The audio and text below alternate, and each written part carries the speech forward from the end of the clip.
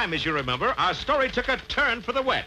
For with Rocky asleep on the front seat, Bullwinkle drove the armored car full of money right into a lake. Fortunately, the car was watertight, and Bullwinkle thought he was just driving through a torrential rainstorm. Rainstorm? Heck, it's a regular cloud burst. But at that moment, Bullwinkle passed a submerged signpost. Turn left. Better put off my hand. And the dim-witted moose reached for the crank that would roll down the window and drown both him and Rocky. Seems to be stuck. Hey, Rock, give us a hand here, will you? Well, what? Whoa, oh, sure, Bullwinkle. Hokey smoke, where are we? It's just a little shower. Ought to clear up in a jiffy. Bullwinkle, don't open that window. We're underwater. Underwater? That's ridiculous, Rocky. Then look at that. Well, I've heard of it raining cats and dogs, but this is... But just then... Golly, what was that? Couldn't have been thunder, huh?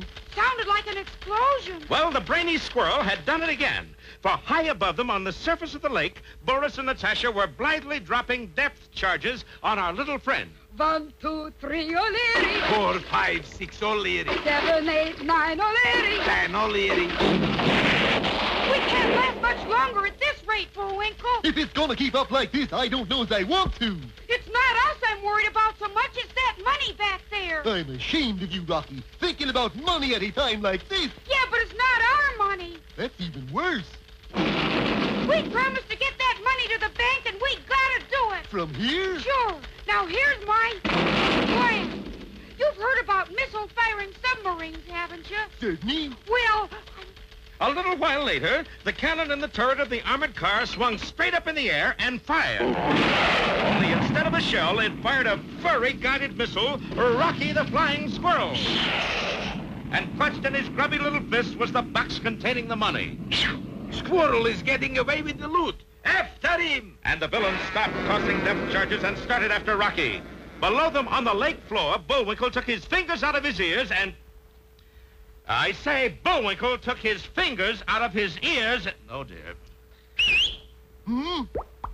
As I was saying, Bullwinkle took his fingers out of his ears and started the armored car forward. When'd you see so? The further the heavy truck went, the shallower the water became, until, just as it caught up with Boris and Natasha, it emerged from the water, lifting their boat up on top of the turret. Boris, how do we get out of this mess? Who wants out? Don't we? Nonsense. Where is Moose going? To meet Squirrel. And what is Squirrel carrying? The money?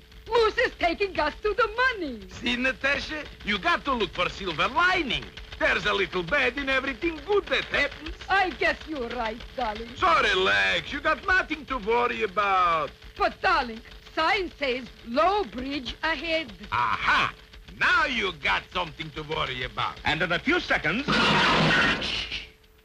Tell me again about silver lining, Boris.